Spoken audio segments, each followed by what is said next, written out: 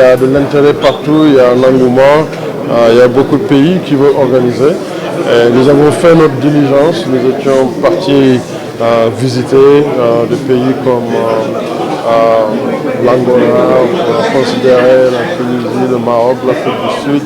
Et au finish, c'est un pays que nous connaissons, c'est le siège de NBA Africa est toujours là-bas. Ils ont organisé l'Elite 16, la partie Est, pour le qualif que la FIBA organise.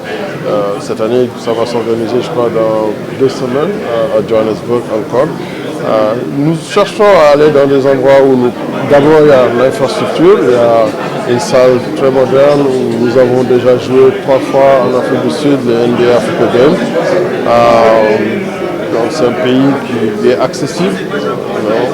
Je pense que, en tout cas, nous sommes très enthousiastes sur cette zone sud et aussi le désert de Kalahari est un emblème en Afrique et nous cherchons aussi à travers cette ligue d'exposer ces sites géographiques du continent africain. La composition de la conférence reste à être déterminée, mais je suis sûr qu'avec 4 équipes dans 3 groupes, nous allons avoir aussi une compétition beaucoup plus intense, au plus grand nombre de matchs. Voilà, il y a de l'engouement pour le basketball en Afrique du Sud aussi. On aimerait qu'à l'avenir, que ces jeunes continuent à évoluer dans le championnat. Pour le moment, on ne peut pas les retenir parce que c'est normal qu'ils ont travaillé extrêmement dur pour montrer leur valeur et ils ont été recrutés pour aller ailleurs. Moi, je suis de tout cœur avec. Si c'est pour aller ailleurs, dans des environnements meilleurs, c'est-à-dire pour avoir plus de valeur. Mais je suis sûr qu'il y a des choses à faire pour que nos clubs puissent être dans un futur très proche, pour avoir les moyens de pouvoir retenir ces talents qui émergent. Mais pour le moment, chaque année, on a vu ce genre de révélations. Je pense qu'il y a la première saison avec Cheikh Bamba Diallo ou Mo Faye avec la douane.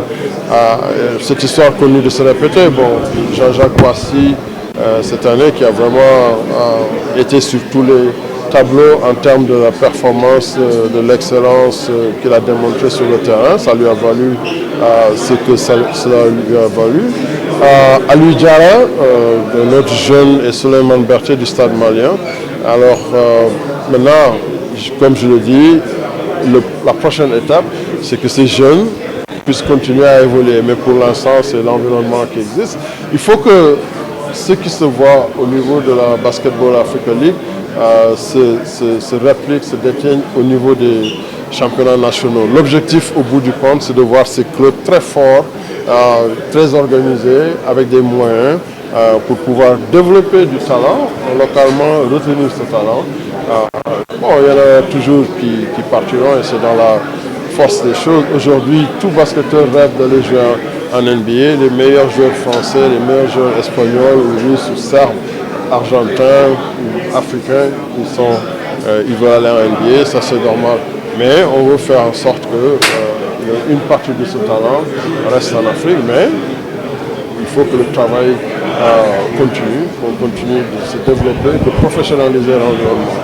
Beaucoup d'artistes de satisfaction l'année dernière sur le terrain, évidemment. Vous avez parlé de ces jeunes joueurs, mais aussi du programme Elevate qui continue à exposer le talent au niveau de la NBA Academy Africa. Les jeunes talents sur le banc, des coachs, Pabi Gay qui était élu meilleur coach de l'année dans la saison dernière, Emmanuel Mavomo dont on a parlé qui est engagé chez les Austin Spurs, le programme de développement des entraîneurs avec 28 jeunes coachs qui ont eu l'opportunité d'aller faire des stages lors de la NBA Summer League avec des équipes NBA, ces jeunes femmes qui ont été en Amérique pour séjourner et bénéficier de mentorship.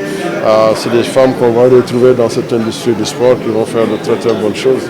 D'abord, les compétitions, il y a 10 matchs de plus que les autres saisons. On va jouer 48 matchs au finish au lieu de 38. Et puis aussi, la manière dont on va jouer les matchs. chaque jour de match, l'équipe du pays, l'équipe locale va jouer. Et l'objectif, c'est de pouvoir attirer des supporters dans la salle pour chaque match. Aussi, dans les phases finales, l'innovation, c'est qu'on va jouer, chaque équipe va jouer un match avant les matchs éliminatoires. C'est jouer pour un positionnement et puis après, on va pour le knockout, le top 8. Oui, je pense que pour nous, aller dans un quatrième pays, ça entre dans cette dynamique d'expansion. Et je suis sûr que dans un futur proche aussi, nous envisageons d'avoir plus d'équipes dans la basketball africaine. En tout cas, comme on dit, ils sont allés en finale l'année dernière et je pense que ça doit vraiment les motiver. Ils étaient près du but. Il y a des choses à faire. Je pense que toutes les équipes qui vont entrer dans cette compétition ambitionnent de gagner cette compétition.